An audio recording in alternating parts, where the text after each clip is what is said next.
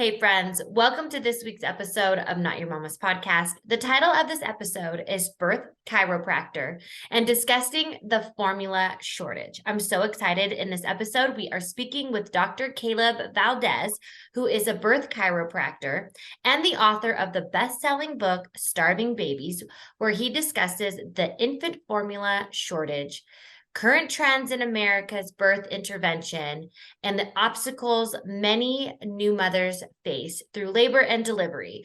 We are so excited to have you on, Kaleb, to talk about this. So can you give the audience a little bit more about your background and how you got to where you are today? Absolutely. Thank you. It's so good to be here, Cristina. I am really, I practice in Utah right now, and I work with a lot of birth, pregnancy, and pediatric chiropractic. And a lot of moms, especially during 2022, in April and May of that year, we had a big formula shortage in this country. And in some places, over 40–50% of outages where moms couldn't buy the formula they needed for their babies.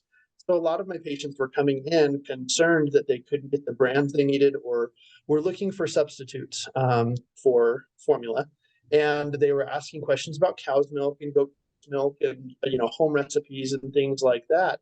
And I was looking at the science with all that, and it really made me pause and just think, why do we ever get away from breastfeeding? Because that is nature's superfood.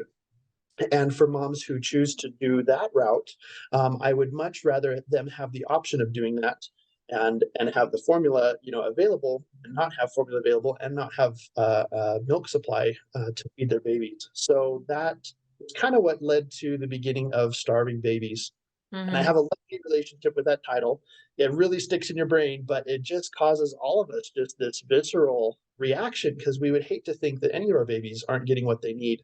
So, spoiler alert, if you read the book, I clarify that it's not about actually starving babies. And even though we're talking about the infant formula shortage, our kids are starving for connection. And Exactly. that connection is being severed at birth. And with the interventions that we're doing, our babies are less and less connected with their bodies and with mom, as they should be. And those lead to the best outcomes. The healthiest babies and the happiest, postpartum times are when mom runs the show and she can step into her power. So that's what I Exactly. try to do. I want to encourage moms and support them in that journey. Well, they're just trying to eliminate women Right? these days, you know what I mean? So it's like they don't want us to use what God gave us sometimes. Like they want to push us on the formula. Not that formula feeding your baby is bad. I know some women Right. struggle with, milk production and things like that. So, I mean, it is a good substitute. So I'm not, trying to It's just that. downplay it, but, it is kind of there and people can just automatically do the formula without having that connection with the breastfeeding, and there really is such a difference. I breastfed my first, well, he was like kind of stopped taking the bottle, but my first for like 2 years. And Wow. then my second one I did 6 months. But I wasn't producing as much milk as I did with my first baby. I don't know why. I don't know, maybe my body was a little bit more stressed out or something. But I do notice the difference. I mean, my second one is connected to me and loves me, but I do feel and see a little bit of a difference between my first and my second based on how long I was like breastfeeding them. I'm just assuming it was that because it really is such a connection. Yeah. And weaning them off breastfeeding is so hard. I mean, it's really hard. That was Yeah. challenging for me. Yeah. Um, but yeah, no, the importance of that. And it's true, we are getting disconnected more and more with our babies and our children, it's like mommies have to go back to work after 6 weeks sometimes, Yeah. and that's Yeah. bonding time. And even fathers, like, what about the dads? The Right. dads need to bond. The dads go back to work like literally the next day. They don't Yes. get that maternity leave. And Yeah. that's just as important as the mother. Um, so my question to you, as a male chiropractor, many of our listeners are naturally curious about how you became interested in the birth and breastfeeding process. So why are you passionate about this topic? Um, I have always been passionate about helping raise healthy families, and Mhm. I believe that starts at birth. And I mean, even preconception, really, the state that we're all living in as we bring babies into the world really affects how those early formative years go. And so I love educating and empowering my patients with information and then backing them up on what they do. And it's kind of funny, but there's not a lot of male chiropractors in that space that are trying to, that are on the soapbox, that are saying, I want mom to be the boss of her birth. And along with that, I have patients that choose to formula feed, from the get-go. They're just not interested, or they're not, they don't feel medically capable of that. And Mhm. I never want them to feel shame or pressure or judgment from this community. We have enough of that coming at us from other places. We don't need to add that on our own. And so that said, I realize there are probably a lot of your audience that have opted for different ways. And when they learn other things, they might do other things. But in the meantime, I hope we can let that parenting guilt go and not beat ourselves up for what we didn't know, or are just finding out now. So when we know better, we do better. And I believe that every parent is trying their best. Of And so course. as a male chiropractor, people don't typically associate chiropractic with even pregnancy or the birth sphere. I definitely was in that camp when I started my schooling. And I started working with pregnancy patients and really got passionate about an easy delivery and an easy pregnancy, as easy as it can, as optimal, I should say, because there's nothing easy about any of this. um, but optimizing how our body functions and letting it do its thing. Nature is incredible. If we just get out of its way, it does a phenomenal job with all this. And we're living in the experiment right now. We have all these birth interventions going on. Formula itself is a recent invention, for humanity, and I talk about that quite a bit in the book, kind of the history of the formula industry. Mhm. And right now, we are not winning the war against for maternal health and for infant well-being. $100%. We're I mean, not I agree seeing with you. those things. Yeah. And so that's why I'm passionate about this. I want people to know that they're all alternatives, but they're not things you're going to see on Facebook, or, any of the advertisers don't really have this interest at heart, unfortunately. So it takes some digging and some curiosity to make it happen. But that's why I think we're having these conversations. Yeah, no, the big players have the big money to play to like push down the information and have their information up on the top, or like Right. skew science to make it, favorable to what their outcome is. So it's just a Yeah, game of monopoly, basically, and it really messing with is. numbers and all that stuff. So, And when it so comes to birth, we're all about to land on boardwalk with a hotel, because there's pretty high stakes when it comes to how we start life out for our babies. yeah. So break down what is like connected birth and how is it relevant to the discussion around breastfeeding and the formula shortage? Yeah, so in my book, I reference connected birth, and it's this concept of mom's nervous system is connected with her body, and baby's nervous system is connected with their developing body, and those nervous systems talk to each other through hormones and the umbilical cord that kind of joins that, what they call a dyad in medicine, and it Mm. just means a mother and a baby. And so connected birth is maintaining that connection, and those separate connections, individually and collectively. Mom and baby are on the same page through the birth process. The babies come out and they're able to regulate their nervous systems. They don't stay in that fight or flight mode. That birth is a traumatic experience, for everyone. We all go into this defense mode. Um, and I'm advocating for a return to putting mom at the center of the birth decision-making process. Insurance companies, hospital administrators, OBs, and other, birth care providers, they do what's best based on their policies, which are all designed to mitigate risk and to cover the bases. And a lot of times when we're doing that, we actually lead to more high-risk situations and complications that require more interventions, that require more insurance, Yeah. payouts for more expensive procedures, and it's just the snowball effect. Um, Contrary to that, I see a lot more moms, and this was a popular, this reawakening happened during the COVID years. I saw moms that I never would have thought would have had a home birth opting for either a birth center delivery or a home delivery, Hmm. when that was just not how things were done. And they just looked around at how healthcare was treating patients at the time, and they thought, I don't want to be quarantined for my baby. I don't want to have all this I extra know. stuff. you know? instilled so much fear. Cause I mean, Yeah, my baby was Caleb, my baby, he was born in yeah. 21. So it was still like, like Wow, going on. And I very was like, much I'm so. not wearing a mask to like do this. And so, I mean, thank God, like my hospital I was at was cool. I didn't have to wear Wow. a mask. The other nurses did, but it was like, no, like Yeah. I'm not going to wear a mask. Like Wow. that's just suffocating, and I'm not fearful. Yeah. Wow. Way to go. What other things do you feel like they were pushing you on, or what other fear sources were there through that journey? Well, I was just fearful that, like, let's say if I did test positive for COVID, like they were going to take my Yeah. baby from me. Yeah. So, I mean, I let them do a test and I didn't have COVID. And I remember one nurse, I was like, "Oh, like my son has like a little cough. What should I do?" And she's like, "Well, he probably has COVID." I was like, "He clearly doesn't have COVID. I just tested negative for COVID. So Right. I don't know what to tell you about that." So I was like, "No, it's just like a cough." Anyway, so I don't know. Just Baby's people cough. were just Okay. all living in fear about it. And I don't know. Oh I just man. wasn't fearful um of Good it. for I mean, you. at first I was like, what is going on? But then Yeah. yeah. Did you learn something or talk to people who convinced you not to have fear? Where did you find that courage from?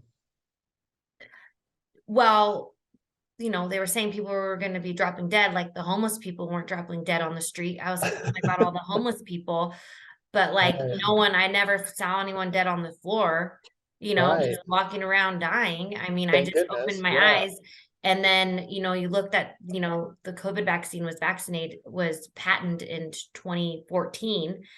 And Right. there was just like a lot of, fishy things going on. Um, Yeah. but I don't know. And I mean, people can make up set their own things. I'm not saying it's not real. I mean, it's definitely right. No, there. I You get definitely sick don't want from to it. I got it in downplay. May of Really? Oh, doggone. of 22, but I was, Yeah. I Well, I fine. I didn't did know I had address it that. until a while, but Yeah, I did address that. There's a specific chapter in here that I just want to talk about the data that we have so far, because that was such a big motivator in the fear, industry, was specifically this disease.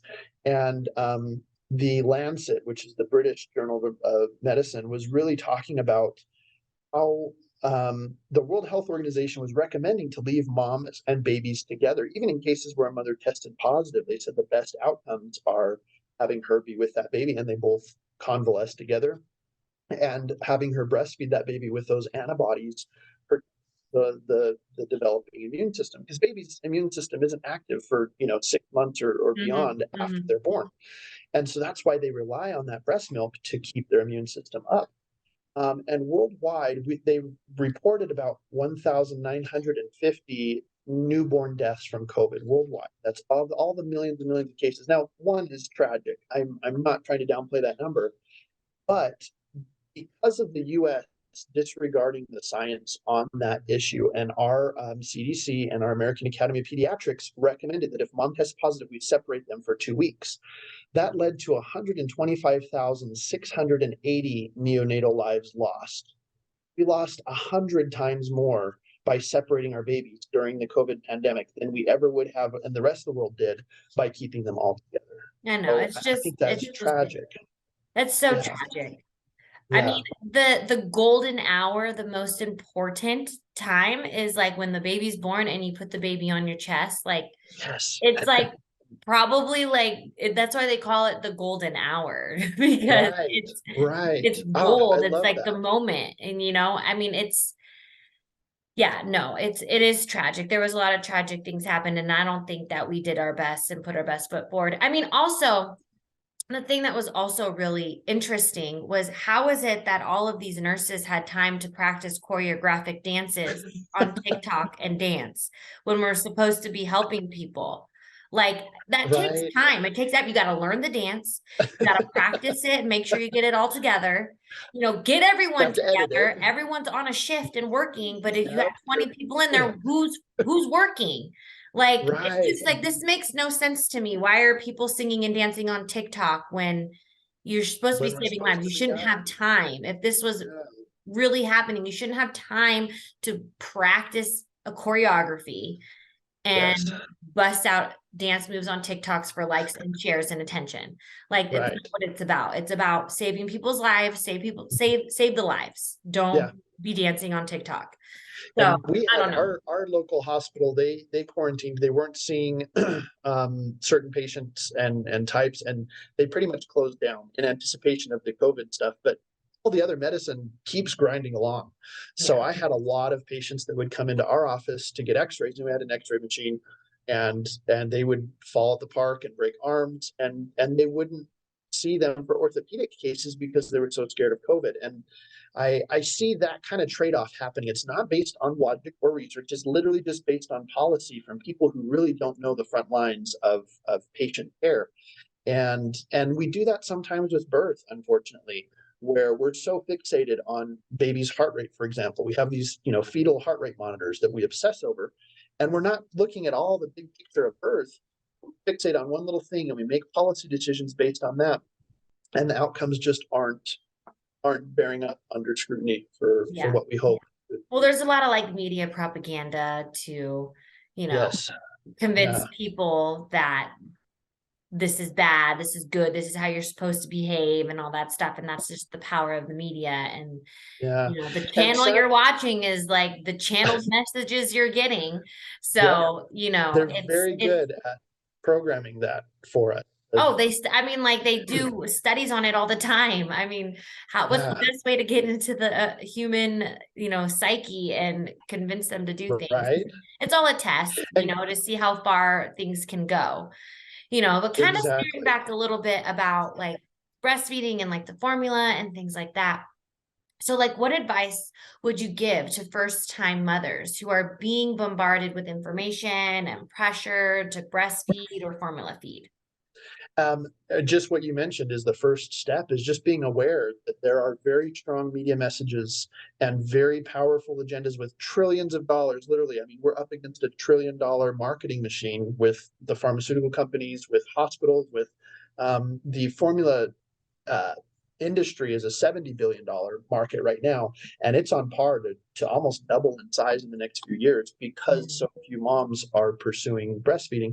So just realizing, first of all, that there is a very strong agenda at play here, and it's bombarding you with messages. And the quickest way to get to a mom's psyche is to convince her that her baby is sick, or needs, or something bad is going to happen.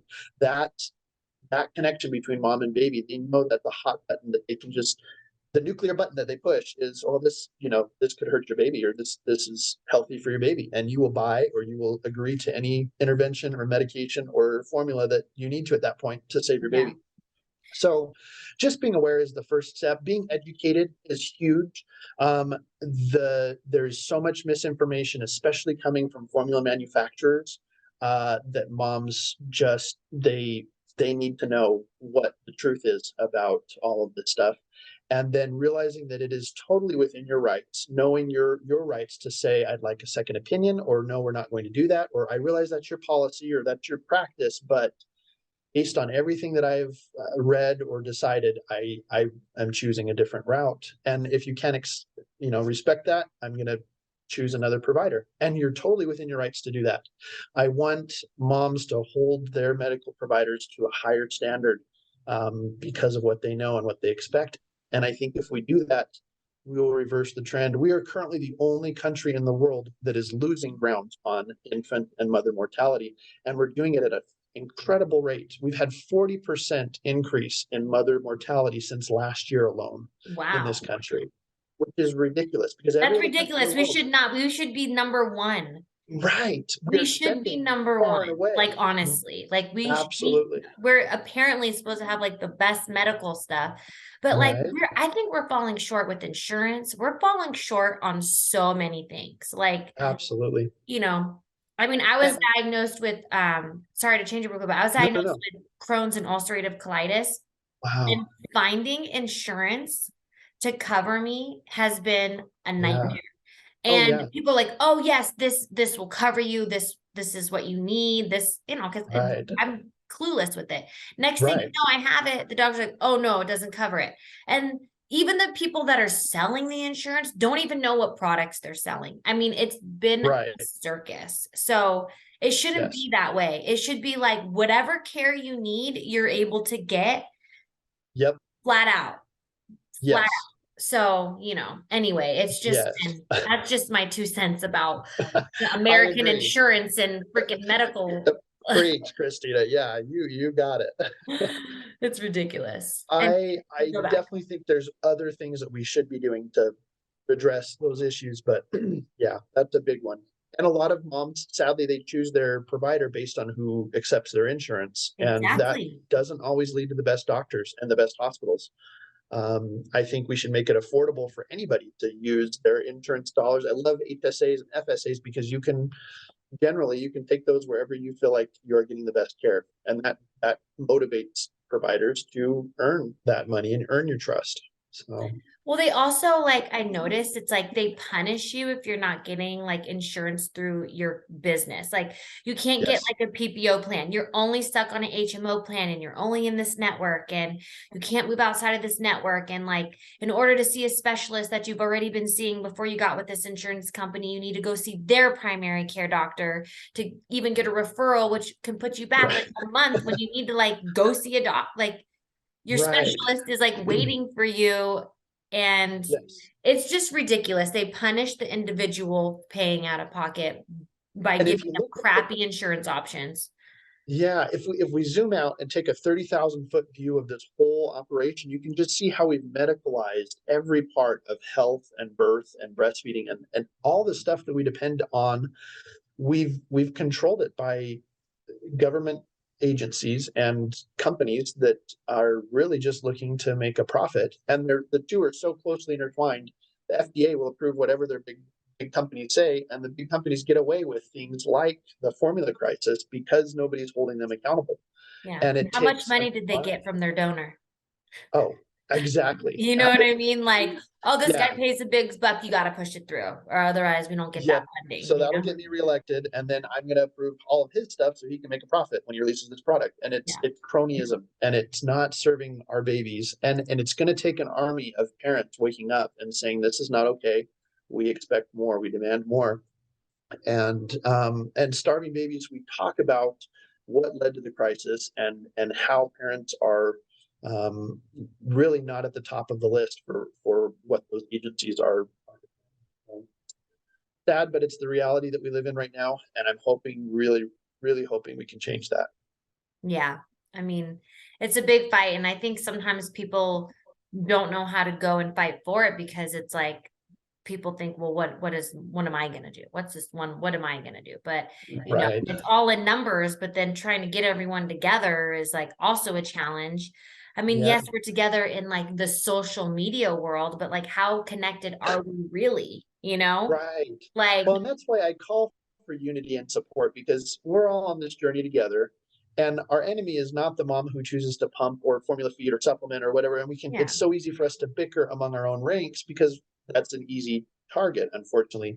But we need to circle these wagons and point outwards and start taking on the pharmaceutical reps and the government and the politicians that are neglecting their oath of office. I mean, doctors swear to do no harm, and how many of them are starting out with things that they know are harmful or are not serving patient interest? And I'm not painting all doctors with a broad brush. There are some phenomenal OBs yeah, out there that see the writing on the wall. They see how this is going, and they are championing moms' rights, and they've figured out birth.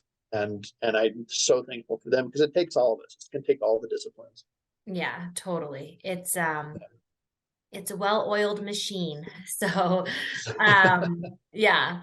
Well, Dr. Kaleb Valdez, this has been such a fruitful conversation, and I'm glad that we were able to dive into some sensitive topics and lay it all out there for, hopefully the audience to like get thinking about some things.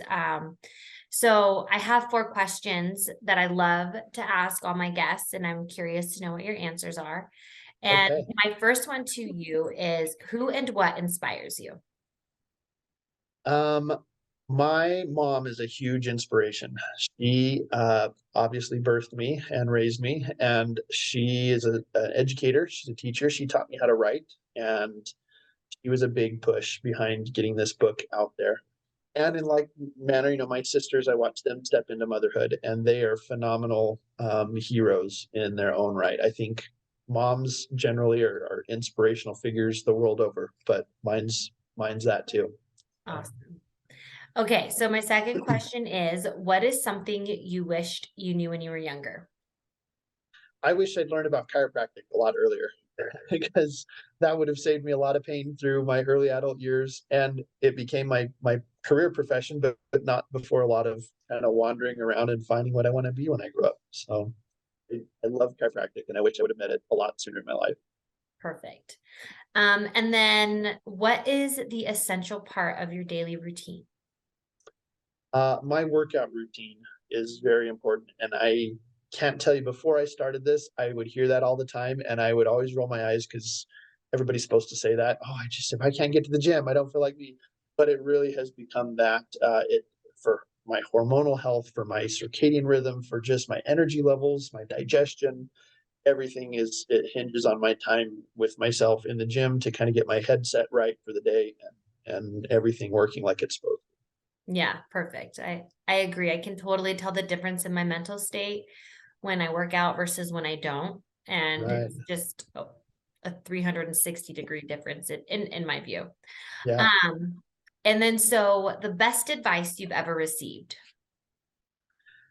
Um, I would have to say just being authentic to yourself and pursuing that higher calling wherever that takes you. I never thought I would be a birth chiropractor that's talking about breastfeeding as much as I am, but I am so passionate about it. And I know that every person has a big job on this planet, and I just want to make sure that we're all pursuing that, even if you feel like there's a lot of obstacles or you're scared about what people will think or say or do. I don't speak on breastfeeding or birth from a personal experience or any, personal expertise. I mean, you're not But feeding your children with your nipples? right, I know that is not my biology, and Oh, so as much you're a man? exactly. As much as I'm sure moms wish their husbands could do that a lot more and just kind of share the workload, um, I think there's something very intelligent about how our bodies are designed. And dads, I love that you mentioned father's role in all of this, because dads can definitely step up and do what they can do to help mom do what she can only uniquely do. And so when both people really step into their roles as parents and providers and protectors, that's where we get the best outcomes. Because dad defends this little team and mom, makes all that magic happen. And I just would love to see more of us stepping into that fearlessly and having the courage to support one another through that process. Awesome. Well, Dr. Kaleb Valdez, thank you so much for coming on this week's episode of Not Your Mama's podcast. I hope you all enjoyed. All of his links are down below in the show notes. Don't be shy. Go say hi. Check out the book. And I hope to see you guys all in the next one. Thanks for listening.